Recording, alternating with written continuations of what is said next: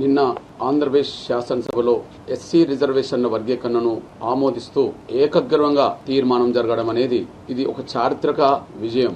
మాదిగల ఆకాంక్షలో, మాదిగల డిమాండ్లో ఒక సంపూర్ణ న్యాయం ఆ డిమాండ్ లో కలిగి ఉన్నది అనడానికి సాక్ష్యమే నిన్న ఏకగ్రీవ తీర్మానం జరగడం. భారతదేశ చరిత్రలో ఒక అంశం మీద దశాబ్దాల తరబడి జరిగిన ఉద్యమంలో భాగంగా ఈ 3 దశాబ్దాల కాలంలో ఎన్ని సందర్భాల్లో శాసనసభలో చర్చ జరిగినప్పటికీ ఉమ్మడి ఆంధ్రప్రదేశ్ మొదలుకొని ప్రస్తుతం 2 తెలుగు రాష్ట్రాల్లో ఎప్పుడు ఎస్సీ వర్గీకరణ మీద ఒక చర్చ జరిగినప్పుడు అది తీర్మానం రూపం దాల్చే సమయంలో పార్టీలకు అతీతంగా ఎస్సీ వర్గీకరణకు సంపూర్ణ మద్దతు ఏకగ్రీవ తీర్మానం ద్వారా అందుతున్నది. అది గౌరవ మొట్టమొదటి తీర్మానం ఉమ్మడి ఆంధ్రప్రదేశ్ లో ఏకగ్రీవంగా తీసుకున్నదే ప్రస్తుత ఆంధ్రప్రదేశ్ ముఖ్యమంత్రి వర్యులు పెద్దలు వర్గీకరణ పోరాటానికి నిరంతరం అండదండలు అందిస్తూ వర్గీకరణ ప్రక్రియను సంపూర్ణంగా పూర్తి చేయడంలో కీలకమైన పాత్ర పోషిస్తున్న గౌరవ చంద్రబాబు నాయుడు గారే మొదటి తీర్మానం 98లో పెట్టాడు.